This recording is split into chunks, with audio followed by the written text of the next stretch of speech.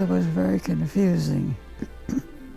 And you think you're saying the right thing, and later somebody that knows you will tell you that what you said really wasn't so good. She had a lot of emotional trauma, physical trauma, and prior to the visit they had her on Namenda, which is an Alzheimer's drug, which actually made her worse. She had already become somewhat better from the coconut oil therapy. I could create the symptoms that a person would experience with moderate Alzheimer's disease. I could go out and get lost in familiar areas. So I wondered if it could be something in my diet. And so it took about a year to isolate what was causing it. There are a whole host of brain diseases that are linked to mercury epidemiologically. Alzheimer's, Parkinson's, ALS, MS, autism, and acrodynia are all brain diseases, and that they're all linked to mercury. I went over to the store and I had a double dip of frozen custard because I wanted to see how that compared with regular ice cream. The reason that it affected me was because the frozen custard contains ethyl vanillin, which is distilled from eugenol. And it's an oxidizer, and it oxidizes the metals that are needed by our metalloproteins. And then the metals wind up in the beta amyloid plaque in the brain. Doctors, they never check for that kind of thing. Thyroids that make you goofy and crazy, and it was scary.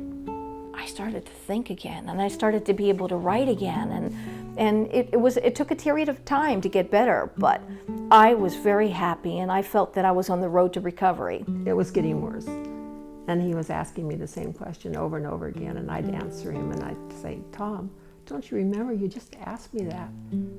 And then he went to the doctor and had a CAT scan, and it showed he had early Alzheimer's. It made me feel good to know my husband was published and that he was trying to help people, and that, that he would be able to help people. And we would sometimes get letters from people thanking us and saying how that they had also gotten well doing what he had done. Mats Hansen is a dentist from Sweden who was instrumental in bringing the lay public awareness to mercury in dentistry and helped the Swedish government change their policies. In fact, I have a book here that was published in 1992 with over 12,000 citations of mercury in the science. And don't tell me there's no research. It's just a fallacy. There are about 30 on Alzheimer's disease, and these are peer-reviewed articles that relate mercury to those diseases as a cause of those diseases. I just can't describe the amount of hopelessness because the general unacceptance of this disease and the fact that how many people it has killed and how many people that are sick and how many don't even realize that they're sick, and I call them the walking wounded. This time I became a 13-year-old high school student, and I did not know my wife again. This time I retrograded 48 years of my life. My entire adult life had been eradicated. I said, I don't care what any of you guys say.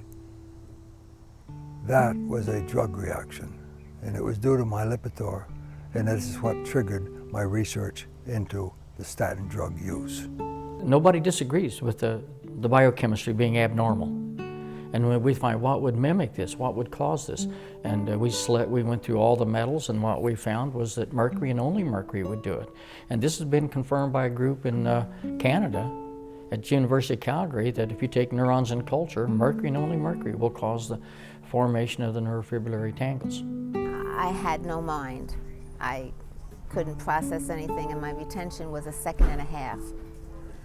Disability was given to me within 2 hours. The assessment was made. I failed every test, and my IQ was 57. I was mildly retarded. I think the scientific evidence, both of a molecular nature as well as a epidemiologic and a clinical nature, all comes together to indicate and support the importance of reducing mercury exposure, and part of that from amalgams in order to decrease the risk of Alzheimer's. What they found in 2005 and 6 was that 30% of American women had detectable levels of inorganic mercury in their blood. Now you have to understand there should be none. So we have a concern that for some reason mercury is building up in the bodies of Americans.